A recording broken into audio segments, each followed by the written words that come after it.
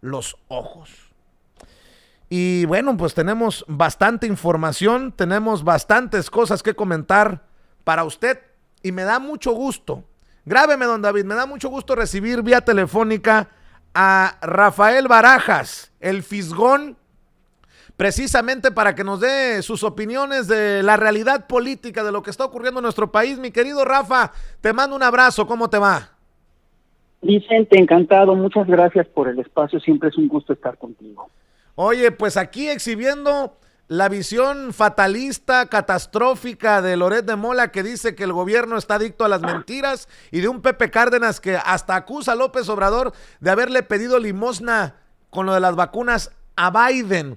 Así como hoy en la mañanera el presidente Andrés Manuel López Obrador le da la bienvenida a las redes sociales al conocido en el bajo mundo del panismo como el jefe. Si no los exhibe uno, ¿quién, querido Rafael?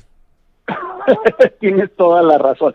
Mira, es increíble toda esta andanada porque forma parte claramente de un proyecto, digamos, ya caduco, que es el proyecto neoliberal. Ese es un proyecto que, entre otras cosas, se sostuvo porque tenía el control de un aparato mediático muy eficaz que imponía como verdades absolutas toda una serie de tesis que eran básicamente tesis que le servían a un grupo de interés específico.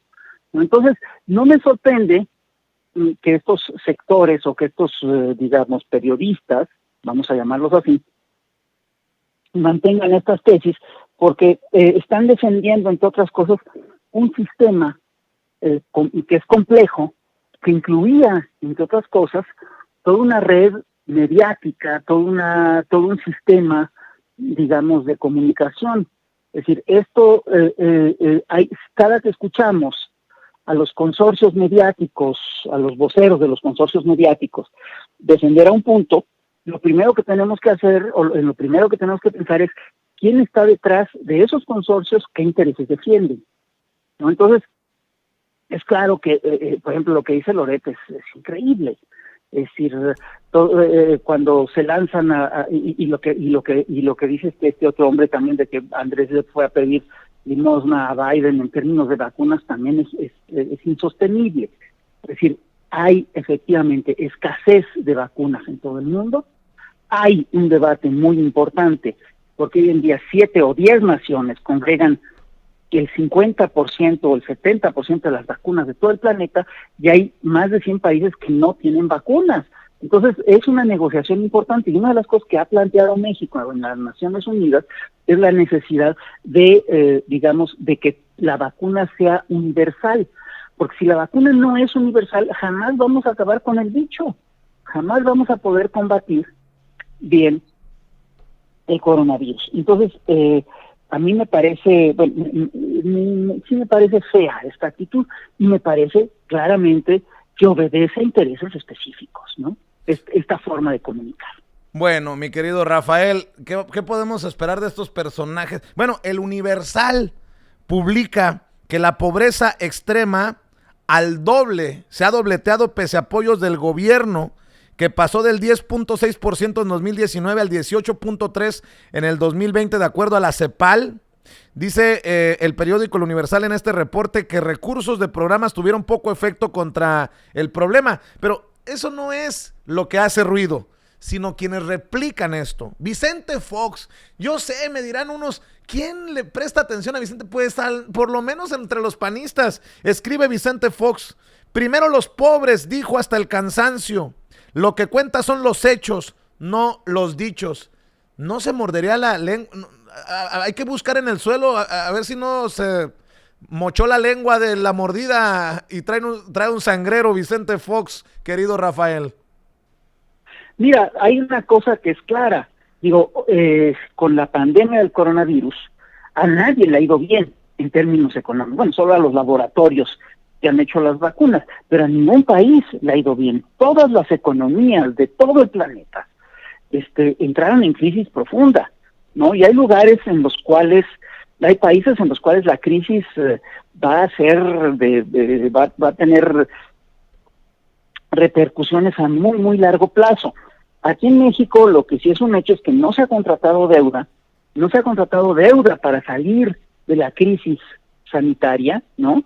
Y yo sí estoy convencido de que vamos a ir saliendo de esta crisis. De hecho, hace unos días, creo que es el Banco Mundial o unos organismos internacionales, calculaba que México subiría 5.5% en su economía el año entrante, que la economía de México repuntaría, lo cual tiene sentido en la medida en la que se baje la pandemia, la economía se va a reactivar.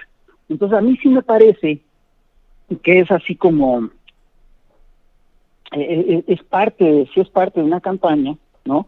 Que te digan, que recalquen todos estos problemas, cuando son problemas que son globales, no son problemas que sean atribuibles a decisiones políticas de esta administración. Es decir, todo el mundo tiene problemas de este tipo. Díganme qué país no los tiene.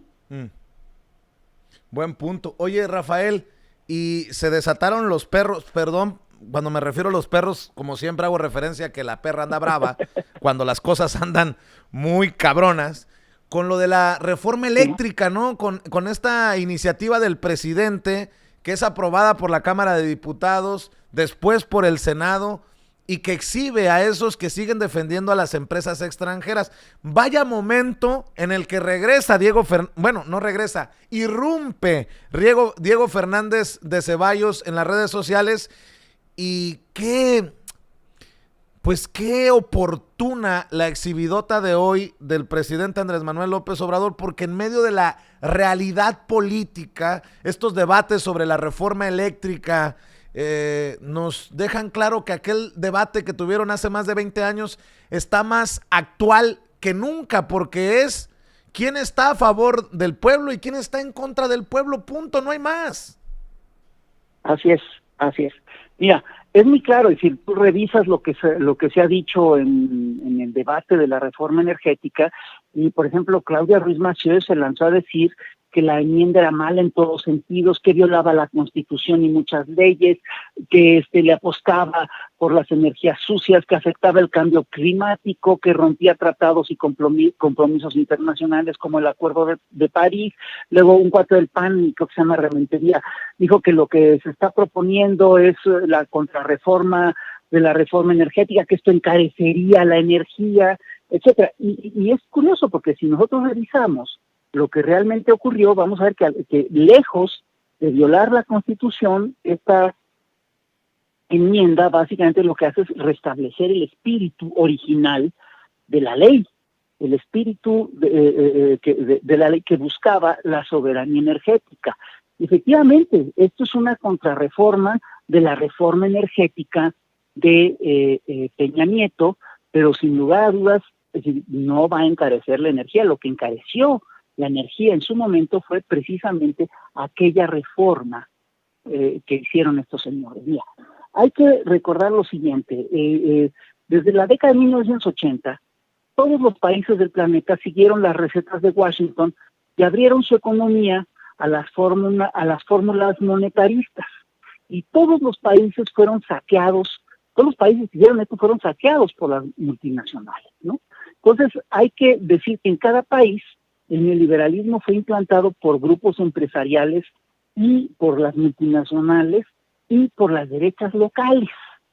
Es claro que el consenso de Washington impulsó medidas muy concretas que favorecían a los grandes empresarios: la reducción del gasto público, la eliminación de subsidios, el adelgazamiento del Estado, una reforma hacendaria, los tratados de libre comercio y sobre todo la desregulación y la privatización de las empresas del Estado. ¿Y qué es al final de cuentas la privatización de las empresas del Estado? Resulta que durante mucho tiempo privó en el planeta un modelo de desarrollo que se conocía como estado de bienestar. Y el estado de bienestar presuponía políticas muy específicas, políticas de pleno empleo, políticas de soberanía, de desarrollo interno, y hay que decirlo, una de las estrategias claves de los periodos de estado de bienestar fue precisamente establecer proteger, digamos, las áreas estratégicas de cada país, y en México, por ejemplo, eran estratégicas. Comisión Federal de Electricidad, es decir, la generación de energía y el desarrollo y la extracción y el procesamiento del petróleo. Por eso Comisión Federal de Electricidad y Pemex se convirtieron en empresas estratégicas para la nación, ¿no? Entonces, desde la década de los 80, las derechas locales, los intelectuales cercanos al poder, y el hueso de los medios de comunicación, con voceros como los que acabas de mencionar, impulsaron en todo el país las tesis neoliberales. De modo que este proyecto se convirtió en hegemónico y solo hubo algunas resistencias por parte de algunos sectores de la izquierda. Si tú revisas la historia de las últimas décadas, verás que uno tras otro, los gobiernos de Miguel de la Madrid, Carlos Salinas de Gortari, Ernesto Zedillo, Vicente Fox, Felipe Calderón y Enrique Peña Nieto, mantuvieron las políticas neoliberales, y con estas políticas neoliberales hicieron trizas la industria nacional, lesionaron los intereses de los mexicanos y lesionaron, entre otras cosas, al Estado y a la nación mexicana. En México, la continuidad neoliberal fue implacable. Es decir, de la Madrid congeló salarios, hizo las primeras privatizaciones, hizo la primera, digamos, dio el primer paso hacia la privatización del sector energético. Carlos Salinas privatizó teléfonos, privatizó la banca, firmó el Tratado de Libre Comercio, se dio hecho a andar el Tratado de Libre Comercio, privatizó ferrocarriles, privatizó carreteras, privatizó pensiones. Fox empezó con la privatización eléctrica y firmó el acuerdo, el ASPAN, el Acuerdo de Seguridad y Protección de América del Norte. Y Calderón impulsó la reforma LINC, la reforma energética, hizo la reforma laboral. Peña Nieto concretó la reforma laboral y echó a andar la reforma energética, y de hecho le abrió la explotación del petróleo a las multinacionales. Hay que decir una cosa que es muy clara alrededor de las privatizaciones. Los señores neoliberales siempre manejaron la tesis de que las grandes empresas estatales eran en realidad monopolios, y los criticaron como si fueran monopolios, y decían que eso dañaba el libre comercio y afectaba en última instancia al consumidor, porque como no había competencia, entonces los precios tendrían, el Estado imponía unas tarifas, en cambio que si hubiera libre competencia, las empresas competirían para ver cada cual, quién daba mejor servicio y quién ayudaba más a la población, etcétera, etcétera, etcétera. Pero eso no es así. Si una empresa estatal está muy lejos de ser una empresa monopólica. Es decir, monopoliza efectivamente un sector de la producción, pero en principio las empresas estatales no se rigen por la ganancia. La lógica que las maneja es el hecho de que se trata de empresas digamos, estratégicas para el Estado, y en principio lo que buscan hacer es proteger y defender a la nación, al Estado. Entonces, esta cosa se revela claramente, se plasmó en la Constitución de 1917. La Constitución de 1917 protegía los diversos sectores del país, y es un hecho que le daba protección a estas empresas energéticas. Sirvieron de palanca para el desarrollo de la nación durante mucho tiempo. No hay que olvidar que durante mucho tiempo México vivió efectivamente del petróleo.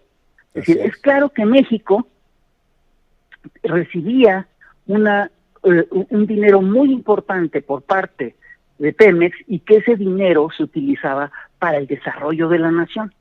Hubo un momento en el que de cada peso que se gastaba en el país, 40 centavos venían de Pemex, ¿no? Entonces, ¿qué es lo que ocurre con esta historia? Es decir, ¿qué es lo que debemos de entender esto? Es decir, que gracias a la expropiación petrolera, México pudo aprovechar sus hidrocarburos.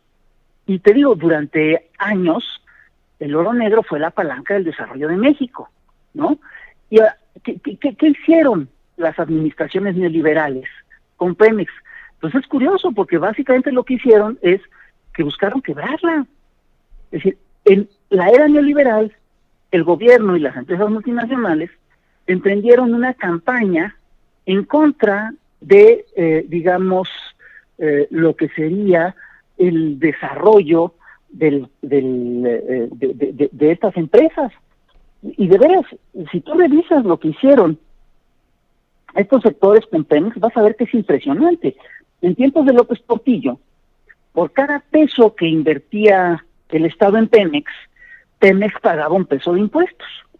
En tiempos de Salinas, por cada peso invertido, Pemex pagó 5 pesos con 30 centavos de impuestos.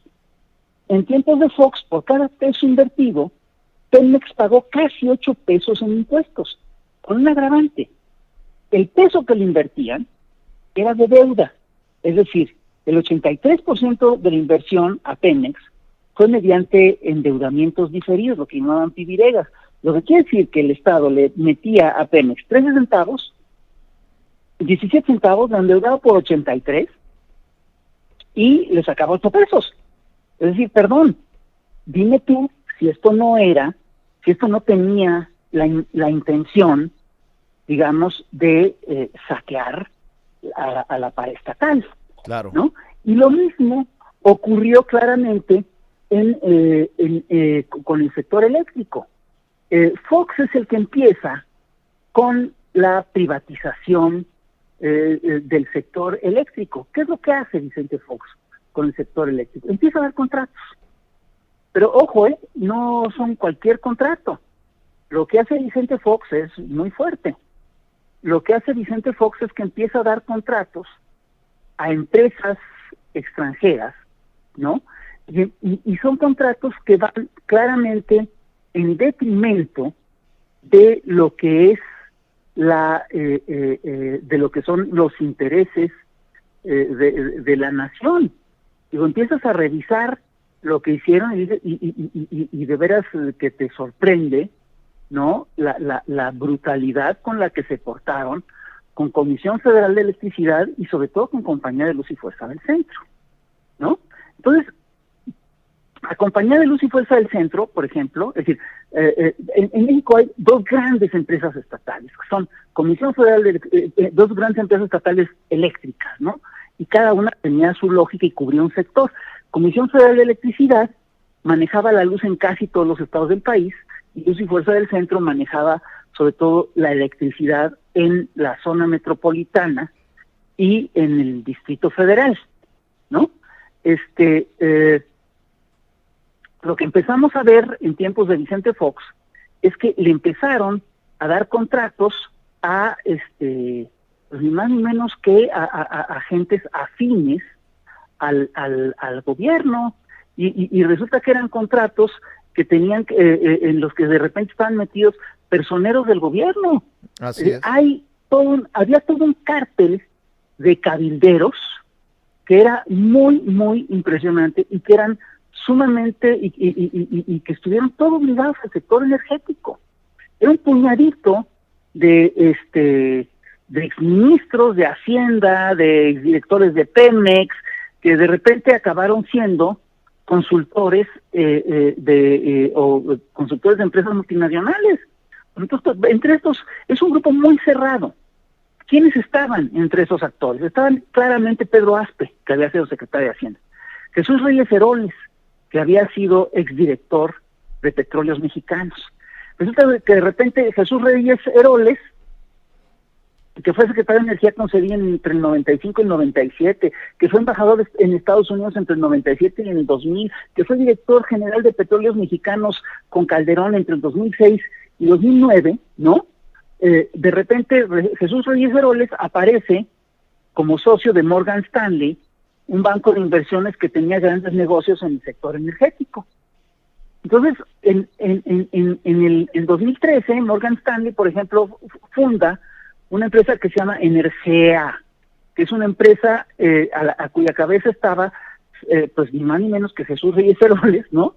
Y que ofrecía contratos e incentivos para la exploración del crudo en México a las empresas multinacionales. Y tienes el caso, por ejemplo, de Georgina Kessel Martínez, que fue secretaria de Energía y presidenta del Consejo de Pemex, ¿no? Durante el gobierno de Calderón, y resulta que durante su gestión se le adjudicaron a la empresa española Iberdrola contratos importantísimos como productor independiente de energía por más de 1 millón de euros. ¿Y qué fue de Georgina Kessel? Bueno, pues nada, que Georgina Kessel al ratito apareció como miembro del consejo de Iberdrola. ¿Será que la señora es un genio eléctrico y maneja maravillosamente todas las cosas? No. Eres muy mal pensado, Rafael. Eres muy mal pensado. Por los servicios rendidos, perdón. Eres muy mal pensado, igual que yo, te digo. Y fíjate que en este caso están también Pedro Astarmella y Emilio Lozoya Austin. Y estaba también Juan José Suárez Coppel y estaba también Adrián Lachus Vargas. Entonces, últimamente, en estos días, hemos estado viendo, tú lo viste, ¿no? Ayer, si mal no recuerdo, en la mañana o antier, salió el contrato que se tenía con la empresa Braskem Idesa, que es filial de la brasileña Odebrecht, ¿no? Y resulta que era un contrato en el que México perdía de manera sistemática 13.749 millones de pesos. Es una brutalidad. Era un contrato a 20 años, ¿no? Que obligaba a Pemex a suministrar de manera obligatoria 66,000 barriles diarios, ¿no? Con pérdida siempre para México. Digo, ahora, mira, si detrás de esta empresa, si no tuviéramos la leve sospecha de que detrás de esta empresa estaba Odebrecht, que fue la empresa que dio sobornos, que según declaraciones del propio Lozoya, dio sobornos para que se aprobara la reforma energética de Enrique Peña Nieto, pues no tendríamos por qué ser tan mal pensados como tú dices. Pero resulta que Odebrecht está detrás de eso, y está clarísimo, ¿no? Y resulta que quien firmó ese contrato pues fue Felipe Calderón. Bueno, quien estuvo detrás de ese contrato no es que lo haya firmado, pero quien estuvo detrás de ese contrato, Felipe Calderón, y que Peña Nieto lo dejó pasar, ¿no? Entonces estamos hablando realmente de un saqueo sistemático a la nación. Se las ingeniaron después de décadas para que México, para que la riqueza energética de México, ¿sí?, se convirtiera realmente en un pasivo para el país, ¿no? Y eso pues sí está muy feo, ¿no? Entonces, es curioso porque si tú empiezas a revisar, esto es en relación al tema de Pemex, si empiezas a revisar lo que ocurre con el tema de la energía eléctrica, te vas a dar cuenta que es una cosa también muy grave lo que hicieron, ¿no? Es decir, claro. Por ejemplo, Luz y Fuerza del Centro la cierran porque dice que tenía pérdidas por 40,000 millones de pesos. Sí las tenía, pero una pérdida pero una pérdida de la empresa, no del país. Es decir, el gobierno subsidiaba a Luz y Fuerza con 40 millones, Luz y Fuerza le pagaba esos 40 millones a Comisión Federal de Electricidad, Comisión Federal se lo daba al gobierno y el gobierno se lo regresaba a Luz y Fuerza del Centro. Era una pérdida meramente contable, pero sirvió, entre otras cosas, para privatizar el sector, ¿no? Entonces, si tú revisas, lo que han hecho fue brutal. En unos cuantos años, el gobierno federal otorgó 772 permisos especiales a particulares para que pudieran generar energía eléctrica. A esos permisos, hay que decirlo, fueron otorgados de manera anticonstitucional. La reforma de Peña sirvió supuestamente para legalizarlos. Entonces, al punto, el tema es que todavía hoy, México le compra casi el 50% de la electricidad a empresas privadas extranjeras. Así es. Iberdrola, Unión Fenosa, Enron, en fin, sí. Definitivamente. Oye, y después de este análisis que estás haciendo, creo que a muy pocos deberían de quedarles dudas de por qué tanto ruido, por qué tanto odio, por qué tanto veneno en torno al debate, por qué se ha enturbiado el debate público. Porque el político, ya saben qué cola tiene cada uno, pero hacia el público, hacia afuera, es el que está enturbiado a propósito, ¿no? Claro, pero además, fíjate, hay temas, además usan argumentos y usan alegatos que son realmente insostenibles. Dicen, en México le está apostando a los hidrocarburos y le está apostando a las energías sucias. No es así. Lo primero que hay que revisar es cómo funcionan las energías, las llamadas energías limpias. Son energías limpias que de repente, que son intermitentes. Es decir, la energía eólica solo funciona cuando hay viento, los paneles solares solo funcionan cuando hay sol, y cuando deja de haber sol tiene que entrar al quite Comisión Federal de Electricidad. Yo es así. Entonces dicen, bueno, ¿y por qué no se almacena la energía eléctrica? Es que no se puede, es decir, no existe la tecnología en el mundo para almacenar la energía eléctrica. Eso así funciona. Entonces, es curioso porque se hacen toda una serie de operativos en los cuales siempre perdía Comisión Federal de Electricidad. Entonces, mira, se considera que la concesión de contratos por el gobierno federal a generadores privados de electricidad le implicaba pérdidas a Comisión Federal de Electricidad por 160,000 millones de pesos. Estos según datos de la Secretaría de Energía. Entonces, bueno, lo que se está haciendo es que se está revisando este asunto y se está tratando de cerrar el saqueo. Porque hay que decirlo, lo que estamos enfrentando es un saqueo. Así un saqueo es. a todo nivel. Mira, ve el tema de las empresas mineras. Hay una empresa minera canadiense que tiene minería a cielo abierto, está depredando la zona en la que está trabajando, etcétera, etcétera. Y de repente consigue una concesión para pagar menos impuestos, porque es decir, porque los precios de la plata, quién sabe qué pasó.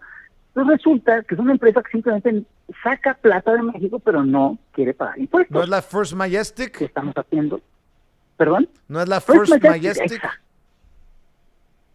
Sí. Silver Majestic, ¿no? Sí. Eso es una brutalidad. Entonces, sí, hay que decirlo. El país ha sido saqueado de manera sistemática por las multinacionales y por sus socios neoliberales aquí en las últimas décadas. Lo único que se está haciendo es que se está poniendo orden en esto, porque, perdón, todo eso sí implicaba unos niveles de corrupción absolutamente inconcebibles. Así ¿no? es, así es. Oye, Rafael, y parecería hasta sencilla la decisión en este 2021, en las elecciones que se vienen, en la consulta popular para enjuiciar a los expresidentes. Parecería también sencilla la decisión para la revocación de mandato, para el 2024 y las que se vengan. Pero lo cierto es que también hay que hacer una reflexión sobre lo que se va a enfrentar, el votante de cara a estos procesos electorales. Ayer Mario Delgado Blanco, de esta nota de Animal Político que busca ligarlo a NXIVM, se mete también ahí el nombre de Clara Luz, la candidata de Morena al gobierno de Nuevo León. Tenemos el caso de Félix Salgado Macedonio. Tenemos, pues insisto, mucho ruido en los medios sobre todo. ¿Cuál es la reflexión por el momento tuya, querido Fisgón, como director del Instituto Nacional de Formación Política de Morena? ¿Qué le dices a la gente que va rumbo a estas elecciones con encuestas que dicen que tiene un gran respaldo el presidente Andrés Manuel López Obrador y su gobierno, pero que también tiene un gran odio y una gran oposición en los medios de comunicación, que son los que, insisto, perdón por ser reiterativo, son los que hacen ruido? ¿Qué les dices? Mira, yo plantearía lo siguiente. Yo creo que tenemos que entender, entre otras cosas, dónde estamos parados a un nivel histórico. ¿Qué es lo que está en juego en todo este proceso?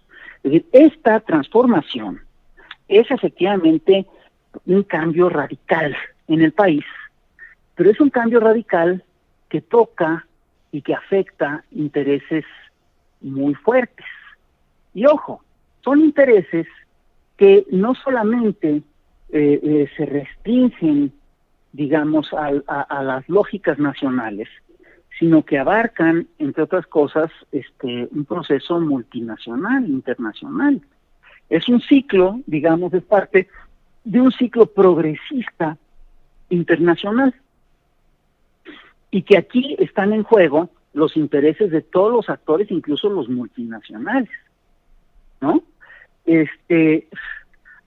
yo lo que lo que quiero decirle a la gente es que todos estos procesos de cambio siempre son muy frágiles al final de cuentas, son muy delicados. Hay que recordar que hay muchas maneras de echar abajo estos procesos. Tú revisas la Revolución Mexicana, que fue la primera gran revolución social del planeta, y te vas a dar cuenta que fue una revolución sumamente accidentada y sumamente convulsa. Es decir, hubo incluso los actores que echaron a andar la Revolución Mexicana, hubo momentos en los que no tuvieron claro qué es lo que tenían que hacer y se dividieron y se partieron y todo eso, y eso, entre otras cosas, es lo que permite el asesinato de Madero y de Pino Suárez, y es lo que permite el regreso del viejo régimen, que no duró mucho, porque la gente estaba en otras lógicas, la gente estaba harta del antiguo régimen porfiriano, y en año y cacho barrió con el viejo régimen, vamos, al punto de que no quedó piedra sobre piedra. Este momento que estamos viviendo es un momento de transición. Hay que recordar que lo viejo no acaba de morir, ahí está latente, ¿no? Es además muy fuerte y es muy sólido y tiene aliados muy poderosos, ¿no? Y lo nuevo no acaba de concretarse. Si vemos qué es lo que está ocurriendo políticamente en la nación, vamos a ver que hay efectivamente un intento muy serio por parte de las élites del viejo régimen por reestructurarse y presentar un plan unificado. Esto es lo que es el Sí por México. Y es curioso además cómo está conformado. Si tú lo revisas, pues son los tres grandes partidos del viejo régimen que están actuando, digamos, de manera uniforme y que presentan, entre otras cosas, un proyecto unificado, ¿no? Presentan un proyecto de una agenda que además es muy curioso porque es una agenda que ellos jamás cumplieron. Por ejemplo, hablan de hacer una economía inclusiva. ¿Cómo que hacer una economía inclusiva? De lo que hicieron con el país. Hablan de garantizar la seguridad de los ciudadanos. ¿Cómo puede el PAN y el PRI firmar eso? Ellos Claro. nos metieron en esta lógica de violencia, en esta espiral de violencia que es interminable, ¿no? Y, en fin, hacen toda una serie de promesas que son efectivamente llamados a la bandera, son saludos a la bandera, que no tienen ninguna amiga, que no tienen realmente ningún sustento real en sus, en sus acciones, ¿no? Pero además están respaldados, pero tienen aparatos políticos importantes, ¿no? Porque estamos hablando, digamos, del aparato de la estructura electoral del PRI, de la estructura electoral del PAN, de la estructura electoral del PRD, todas unificadas, ¿no? Que van juntas en este proceso, y además están apoyados por un sector específico del empresariado, ¿no? Que hoy lo vimos, ayer lo vimos, Vadillo hizo una serie de, y sacó a luz un documento que es una investigación que se hizo en tiempos de Enrique Peña Nieto sobre Claudia X González, que revela que pues, ellos no han pagado impuestos, que son tal. Y esos señores son los que tenían un membrete que se llama Mexicanos contra la Corrupción, ¿no? Sabemos que estaban en el Fobaproa, sabemos que hacían una serie de cosas inaceptables, ¿no? Que están en fideicomisos, etcétera, etcétera, etcétera. Y resulta que este sector se presenta como la alternativa ante la cuarta transformación. Entonces estamos enfrentando eso. Es decir, es la unidad del viejo bloque neoliberal, que tiene poderosísimos aliados. Tiene aliados internacionales y, sobre todo, tiene toda una estrategia de medios muy bien estructurada, tiene un aparato de medios que ha sido muy eficaz, que ha dictado la agenda de la nación por décadas y que todavía sigue teniendo un impacto importante en sectores amplios de la población. Eso es lo que está en juego. Entonces, yo lo que yo creo que tenemos que hacer con la pena es que yo sí creo que tenemos que cerrarle el paso. a este sector. Así Tenemos es. que buscar, tenemos que recordar lo siguiente, mira, todos estos cambios que se han logrado, a ver, perdón, los cambios que hicieron los neoliberales se hicieron a lo largo de 30 y tantos años, 35 años, y se tomaron tanto tiempo porque eran cambios que no tenían legitimidad y que rompían además un pacto social muy importante, que era el pacto que se plasmó en la Constitución del 17 y que ha sido ratificado varias veces a lo largo del siglo XX y parte del siglo XXI. Entonces, ¿por qué ellos querían privatizar el petróleo desde el primer día? ¿Por qué lo hacen hasta la llegada de Enrique Peña Nieto? Porque había mucha resistencia. Entonces, lo que hacían estos señores es que cambiaban las cosas en los hechos y después ya las legalizaban a través de reformas constitucionales. La cuarta transformación lo que está haciendo es que está regresando al pacto social, al acuerdo social original. Y lo puede hacer porque tiene legitimidad, porque esa fue su promesa de campaña y porque además tiene la mayoría en los dos congresos. Exacto. Entonces hay una cosa que yo tengo clarísima. Es decir, la cuarta transformación necesita, López Obrador necesita mantener la mayoría en los congresos. Es así de simple. Necesita conservar la mayoría en los congresos, porque si no lo hace, lo que va a ocurrir es que estos señores van a buscar, sin lugar a dudas, echar para atrás todas estas, digamos, estas modificaciones que se han hecho a la ley, ¿no? Entonces, sí se necesita consolidar esa, digamos, ese acuerdo social, se necesita ratificar ese pacto social. Claro. ¿Qué es lo que harían estos señores si llegan a la presidencia? Yo creo, sí, deja pues que lleguen a la presidencia, si llegan al Congreso, la presidencia por supuesto no está en juego, perdón por el lapsus. Una de las cosas que sin lugar a dudas haría sería congelar, por ejemplo, los apoyos sociales, volverían a congelar salarios, echarían para atrás la reforma laboral, quitarían los apoyos a la gente, buscarían que la salud otra vez se rigiera por lógicas, digamos, privatizadoras, por regresar los negocios a los laboratorios, etcétera, etcétera, etcétera. Y eso nos sale carísimo, ¿eh? Sí, sí, definitivamente. Saldría carísimo. Oye, Rafael, déjame cerrar pidiéndote un favor y nótese mi sarcasmo. Con eso de que iniciamos hace algún tiempo ya con cuarto grado para pitorrearnos de tercer grado de la tienda de enfrente, ya sabe de dónde. Iniciamos rescatando todos los viernes por la noche en Sin Censura Nocturno, pues muchas de las opiniones y de los temas que se abordan desde la visión del Instituto Nacional de Formación Política de Morena. Y yo asumí la responsabilidad, pero ahora resulta, querido Fisgón, como tienes tanto presupuesto, como te estás bañando en dinero, dicen que cuánto me pagas por ser parte de ese Instituto Nacional de Formación Política. ¿Cómo ves? ¿Cuánto me pagan? ¿Eh? Bueno, mira, te lo aclaro, es decir, está clarísimo. Efectivamente se planteó en un principio que el Instituto de Formación Política tendría un presupuesto importante. Quiero decirte que ese presupuesto nunca nos ha llegado. Hasta ahorita no hemos gastado prácticamente nada en el Instituto de Formación Política. Quien te diga que hemos gastado millones, que nos demuestre, por favor, que hemos gastado millones. Lo único en lo que hemos podido gastar, y esto hasta fechas relativamente recientes, es en una nómina de gente que nos ayuda. Hasta hace una semana eran menos de 20 gentes, ¿eh? Hasta hace unas semanas eran menos de 20 gentes, ahorita ya tenemos 30 y tantas gentes trabajando en el Instituto de Formación Política.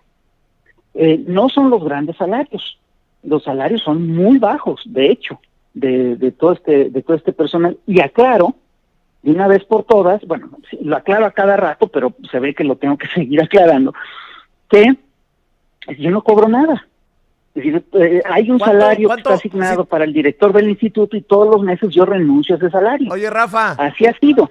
Rafa, si tú Sí. renuncias a tu salario, ¿cuánto me ha pagado el instituto? ¿Cuánto me paga Morena sin censura? Por favor, diles la millonada para que entiendan por qué tengo el caserón que A ver, tengo. ahora sí, agárrense porque son muchos ceros.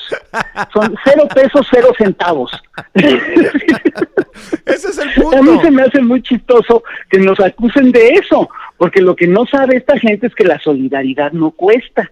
Y que yo sí creo que, de lo que yo estoy convencido es de que somos un movimiento, además, que se nutre a sí mismo.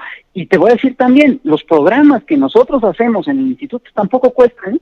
Porque toda la gente que va llega de manera gratuita, entonces no les pagamos nada, hombre. Perdón que lo tenga que aclarar de esta manera. Hay otra cosa, mira, yo sí te quiero decir una cosa, estar en este encargo, ¿no? A mí me ha costado muchísimo porque te acusan de un montón de cosas, de que si recibes dinero, de que si quién sabe qué, nunca prueban nada, ¿no? De hecho, a mí en un momento dado me acusaron en cadena nacional de de estar desviando dinero, y quién sabe qué. Yo exigí pruebas hace más de un año de esta acusación, no han presentado nada porque no hay nada, ¿no? Es una cosa increíble, ¿no? Entonces, A eso me refiero, Rafa. Lo único que me ha acarreado a mí son maledicencias y me apena que ahora te las acarrea a ti. Créeme que esa no era la intención a la hora de que te propusimos esto. No les damos nada a los compañeros de Sin Censura. Yo entiendo que ellos reproducen esos materiales porque piensan que son materiales que valen la pena, punto. No, pero además lo hacemos con mucho gusto porque creemos en esto y estamos en la misma página. Pero a mí me da risa porque no tienen otra cosa con qué madrearte a ti o querer madrearme a mí. No hay por dónde. Pues que le lleguen. Además, yo lo que sí les pediría es que primero que fueran más imaginativos, ¿no? Porque la verdad es muy torpe lo que hacen, y la otra cosa que pediría es decir, si van a decir algo, que aporten por lo menos una prueba, ¿no? Mira, a ver, las acusaciones que luego estamos recibiendo son increíbles, y están basadas en nada, en absolutamente nada. Las pueden hacer estrictamente porque no tenemos derecho de réplica en sus medios. Que eso es muy curioso. Mira, es un debate que hay que plantear entre nosotros. Es decir, ¿por qué les molesta tanto la conferencia mañanera a los consorcios mediáticos? Les molesta tanto porque les quitó, Andrés, la agenda de las manos. Y les molesta tanto también porque estableció otra cosa a lo que ellos no están acostumbrados.